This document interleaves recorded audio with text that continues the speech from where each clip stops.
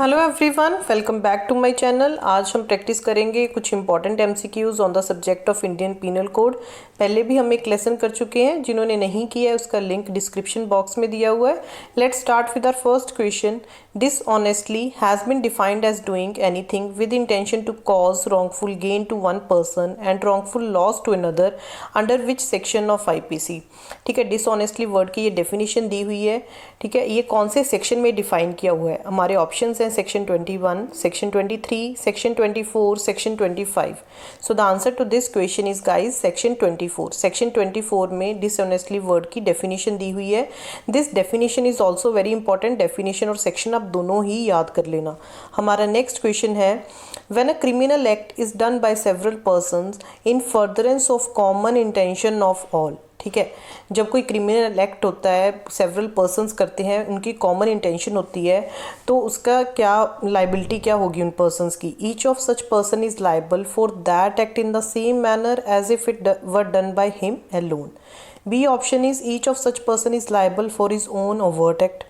C option is each of such person shall be liable according to the extent of his participation in the crime. D option is both B and C. So the answer to this question is guys A option, that is each of such person is liable for that act in the same manner as if it were done by him alone. ठीक है, common intention same होनी चाहिए। अगर उनकी common intention same होगी, उन्होंने वो act in furtherance of common intention किया है, तो वो सभी ऐसे लाइबल होंगे जैसे उन्होंने वो एक्ट अकेले किया है। सेक्शन 34 में ये चीज़ दी हुई है। A is the answer to this question. हमारा नेक्स्ट क्वेश्चन है, accident as an exception has been dealt with. किस सेक्शन में accident as an exception deal किया हुआ है? Section 77, section 78, section 80, section 82। So the answer to this question is section 80। C is the answer to this question.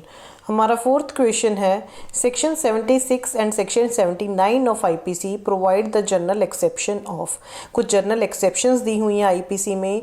ठीक है, chapter 4 में। तो जो सेक्शन 76 एंड सेक्शन 79 है, वो जनरल एक्सेप्शन किस चीज़ की प्रोवाइड करता है? Mistake of law, mistake of fact, both mistake of law and fact, either mistake of law or of fact. So the answer to this question is guys mistake of fact. B is the answer to this question. हमारा fifth question है, general exceptions are contained in. अभी मैंने आपको बताया, ठीक है, general exceptions कौन से चैप्टर में दी हुई हैं। फिर भी हम ऑप्शंस देख लेते हैं, chapter 3, chapter 4, chapter 5 and chapter 6। So this is given under chapter 4 of IPC. आपको ये चैप्टर याद रखना है। ये चैप्टर कई बार क्वेश्चन आ जाता है एग्जाम में, जुडिशरी में, यूजीसी नेट लॉ में भी, क्योंकि जनरल एक्सेप्शंस बहुत इंपॉर्टेंट है आईपीसी में। हमारा नेक्स्ट क्वेश्चन है, how many types of punishments has been prescribed under the IPC. कितने टाइप्स की पनिशमेंट्स दी हुई हैं आईपीसी में? Options are 3, 6, 5, 4। तो answer to this question is C option, that is 5। Section 53 of IPC में पनिशमेंट्स दी हुई हैं। 5 टाइप्स की पनिशमेंट्स हैं। कौन कौन सी हैं? Death penalty, life imprisonment, rigorous simple imprisonment, rigorous imprisonment, forfeiture of property. तो उनको भी आपको याद करना है कि कौन कौन से टाइप्स की पनिशमेंट हैं। तो कितनी है? 5। Under which section? सेक्शन 53। हमारा 7th क्वेश्चन है, section 73 of the IPC provides for the maximum limit of solitary confinement to be. जो सेक्शन 73 आईपीसी का, वो सॉलिटरी कन्फाइनमेंट के साथ डील करता है। तो सॉलिटरी कन्फाइनमेंट कितनी हो सकती है मैक्सिमम? ठीक है, हमारे ऑप्शंस हैं 1 year, 2 years, 3 years, 6 months. So the answer to this question is guys 3 months. 3 month से ज़्यादा सॉलिटरी कन्फाइनमेंट नहीं हो सकती है। ठीक है, C is the answer to this question. हमारा 8th क्वेश्चन है, if an offender has been sentence to imprisonment for a term. यहाँ पे मिस्टेक है, क्वेश्चन में for a term not exceeding आएगा यहाँ पे। ठीक है, आप देखिए क्वेश्चन देख लेना, नॉट एक्सीडिंग आएगा। मैं again repeating, not exceeding 6 months the solitary confinement. ठीक है, अगर किसी ऑफेंडर को इम्प्रीजनमेंट हुई है, ठीक है, 6 महीने से ज़्यादा की नहीं हुई है, तो सॉलिटरी कन्फाइनमेंट कितने टाइम की हो सकती है? शैल not exceed 15 days, shell not exceed 1 month, shell not exceed 2 months, shell not exceed 45 days. So the answer to this question is guys B option, that is it shall not exceed 1 month. Section 73 में ये दिया हुआ है।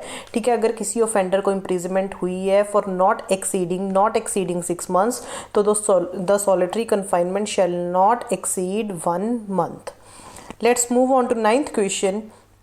if an offender is sentenced to imprisonment for a term exceeding 6 months but not exceeding 1 year the term of solitary confinement। अभी हमने देखा कि maximum 3 months की हो सकती है, अगर नॉट एक्सीडिंग 6 मंथ्स है तो 1 मंथ की हो सकती है। अब यहाँ पे क्वेश्चन है एक्सीडिंग 6 मंथ, 6 मंथ से ज़्यादा की इम्प्रिजनमेंट हुई है उसे, बट 1 साल से कम की हुई है, तो सॉलिटरी कन्फाइनमेंट कितनी हो सकती है? Our options are shall not exceed 1 month, shall not exceed 45 days, shall not exceed 2 months, shall not exceed 3 months. So the answer to this question is shall not exceed 2 months। वो तो 2 महीने से ज़्यादा की नहीं हो सकती है। सो ये हमारा सारा सेक्शन 73 3 क्वेश्चंस में कवर हो गया।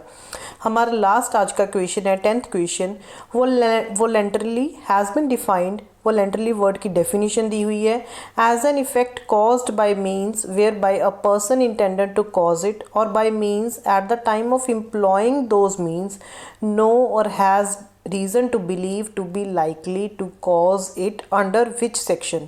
वॉलंटरली वर्ड की डेफिनेशन कौन से सेक्शन में दी हुई है आईपीसी में? तो हमारे ऑप्शंस हैं सेक्शन 39, सेक्शन 38, सेक्शन 37, सेक्शन 40।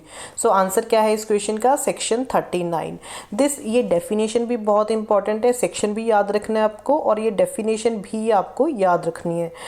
ये हमारे थे अगेन 10 इंपॉर्टेंट क्वेश्चंस। जितने भी मैं क्वेश्चंस डिस्कस कर रही हूँ ये बहुत ज़्यादा इंपॉर्टेंट है आपके एग्जाम के लिए। इन क्वेश्चंस को आप अच्छे से कर लेना। Do subscribe the channel guys, like and share the videos. Thank you, bye bye, stay tuned.